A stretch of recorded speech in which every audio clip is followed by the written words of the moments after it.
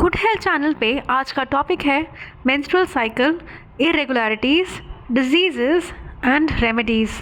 Menstrual cycle ये monthly cycle है जो अधिकतर 28 डेज़ की होती है। ये 21 से 35 डेज़ की भी हो सकती है। वे फीमेल्स में 9 से 15 साल के बीच में शुरू होती है और ख़त्म होती है 40 से 60 की उम्र में मेनोपॉज के थ्रू। मेंस्ट्रुअल साइकिल का मेन काम है रिप्रोडक्शन में हेल्प करना। मेंस्ट्रुअल साइकिल की वजह से ही फीमेल्स बच्चा पैदा कर सकती है नेचुरली। तो देखते हैं कैसे। मेंस्ट्रुअल साइकिल में बहुत सारे हार्मोनल फ्लक्चुएशंस होते हैं जो बॉडी के ऑर्गन्स को बताते हैं कि क्या करना, कब करना। मेंस्ट्रुअल साइकिल में 4 फेजेस होते हैं। पहला है मेंस्ट्रुअल फेज जो फर्स्ट फेज है। ये वो फेज है जब पीरियड शुरू होते हैं।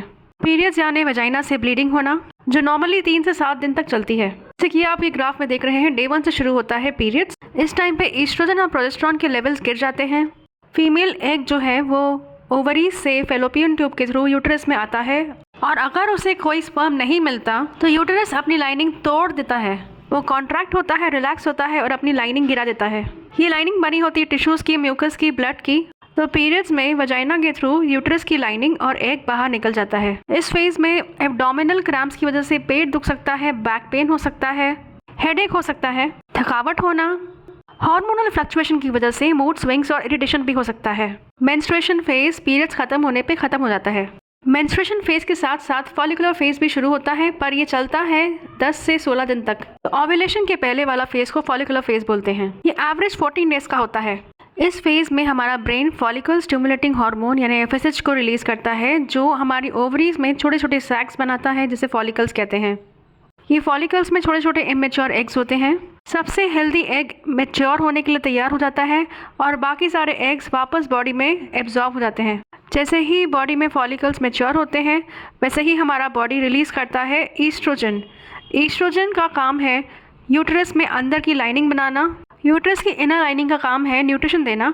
अगर एग फर्टाइल हुआ, प्रेगनेंसी हुई तो ओव्यूलेशन के पहले सारी तैयारी होती है। यूटेरस तैयार होता है लाइनिंग के साथ, एग मैच्योर होकर तैयार होता है और फिर 14 डेज के आसपास ओव्यूलेशन फेज शुरू होता है जिसमें हमारा brain luteinising hormone LH trigger करता है जो मैच्योर एग को रिलीज करता है। मैच्योर्ड एग जो है वो फैलोपियन ट्यूब के थ्रू ओवरी से यूटेरस में आता है। इस टाइम पे अगर कोई स्पर्म इसे मिल गया तो फर्टिलाइजेशन होता है, प्रेगनेंसी हो सकती है। जिनको कंसीव करना है, बच्चा पैदा करना है, उनके लिए ये फेज सही फेज है इंटरकोर्स के लिए।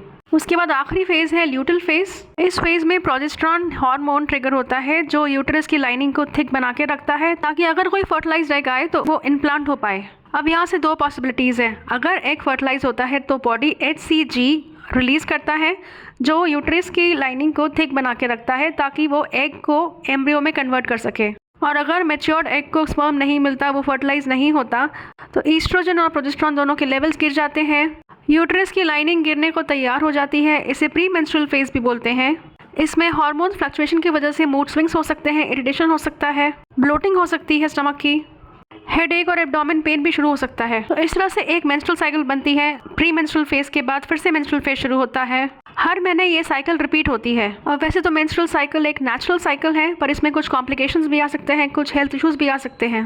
जैसे 35 डेज के ऊपर साइकिल चलना या बहुत ज़्यादा ब्लीडिंग होना, बहुत ज़्यादा पेट दुखना या पीठ दुखना, मेंस्ट्रुअल साइकिल के बीच में एबनॉर्मल ब्लीडिंग होना, जैसे ओव्यूलेशन के टाइम पे ब्लीडिंग होना, स्पॉटिंग होना, मिड साइकिल ब्लीडिंग होना या किसी महीने पीरियड्स ही नहीं होना जो साइन हो सकता है प्रेगनेंसी का, हार्मोनल इम्बैलेंस का या कोई और हेल्थ इशू का, या ईटिंग डिसऑर्डर की वजह से, यूटेरस में फाइब्रॉइड होने की वजह से या PCOS की वजह से, स्ट्रेस की वजह से या किसी टाइप का कैंसर में सर्वाइकल कैंसर और एंडोमेट्रियल कैंसर में ब्लीडिंग होती है इरेगुलर। मिड साइकिल ब्लीडिंग भी हो सकती है, इंटरकोर्स के टाइम पे ब्लीडिंग हो सकती है। तो डॉक्टर से जल्द कंसल्ट करें और डायग्नोसिस और ट्रीटमेंट शुरू करें। ब्रेस्ट फीडिंग के टाइम पे भी ओव्यूलेशन बंद हो सकता है, कुछ टाइम के लिए ब्लीडिंग बंद हो सकती है, पीरियड्स बंद हो सकते हैं। थायराइड हार्मोन्स भी पीरियड्स को अफेक्ट करते हैं। थायराइड ग्लैंड हमारे नेक में होता है जो हार्मोन्स प्रोड्यूस करता है, थायराइड हार्मोन प्रोड्यूस करता है। कम थायराइड हार्मोन होने से हैवी ब्लीडिंग और लंबी ब्लीडिंग साइकिल चल सकती है और ज़्यादा थायराइड हार्मोन प्रोड्यूस होने से लाइटर पीरियड साइकिल या कम ब्लीडिंग हो सकती है। यूट्रस में एक्स्ट्रा ग्रोथ जिसे फाइब्रॉइड बोलते हैं उसकी वजह से भी बहुत ज़्यादा हैवी ब्लीडिंग हो सकती है। 10 में से 1 फीमेल को एंडोमेट्रियोसिस भी हो सकता है जिसमें यूट्रस के अंदर वाली टिश्यूज़ बाहर पैदा होती है जिसकी वजह से पीरियड्स के टाइम पे बहुत ज़्यादा हैवी पेन होता है। हैवी ब्लीडिंग और लंबे पीरियड्स चल सकते हैं। सडन वेट लॉस और अंडर वेट होने की वजह से भी आपके पीरियड्स कम हो सकते हैं, बंद हो सकते हैं। आप BMI चेक कर सकते हैं अगर आप अंडर वेट तो नहीं है। बहुत एक्सेसिव एक्सरसाइज करना और बहुत कम डाइट लेना, उससे भी पीरियड्स अफेक्ट हो सकते हैं। आपको हेल्थी बैलेंस न्यूट्रिशियस डाइट लेना है। इसके अलावा पेरीमेनोपॉज यानी 4 से 8 साल पहले का फेज, मेनोपॉज के पहले इरेगुलर पीरियड्स होते हैं, कभी जल्दी हो जाते हैं, कभी लेट होते हैं और फाइनली मेनोपॉज के फेज के शुरू होने से वो बंद हो जाते हैं। तो इस तरह से अपने पीरियड्स को ट्रैक करें, कब शुरू हो रहे हैं, कब ख़त्म हो रहे हैं, रेगुलर हो रहे हैं या नहीं। एबनॉर्मल सिम्टम्स में डॉक्टर से कांटेक्ट करें।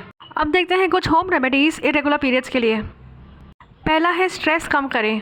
स्ट्रेस मैनेजमेंट टेक्निक्स यूज़ कर सकते हैं। योगा करना, मेडिटेशन करना, म्यूज़िक सुनना, आपकी हॉबीज़ परस्यू करना। दूसरा है वेट मैनेजमेंट।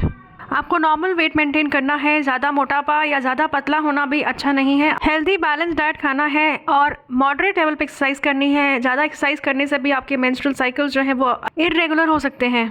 स्टडी ये भी बताती है कि विटामिन डी की कमी से इरेगुलर पीरियड्स हो सकते हैं, तो विटामिन डी की कमी ना होने दें। सुबह 9 बजे के पहले वाली धूप में निकलें, फिर भी डेफिशिएंसी हो तो विटामिन डी के सप्लीमेंट्स ले सकते हैं। इसके अलावा कुछ लोग बोलते हैं कि एप्पल साइडर विनेगर PCOS में हेल्प करेगा, टर्मरिक हेल्प करेगा, पाइनएप्पल भी हेल्प करेगा इन्फ्लेमेशन कम करने में इरेगुलर पीरियड्स में।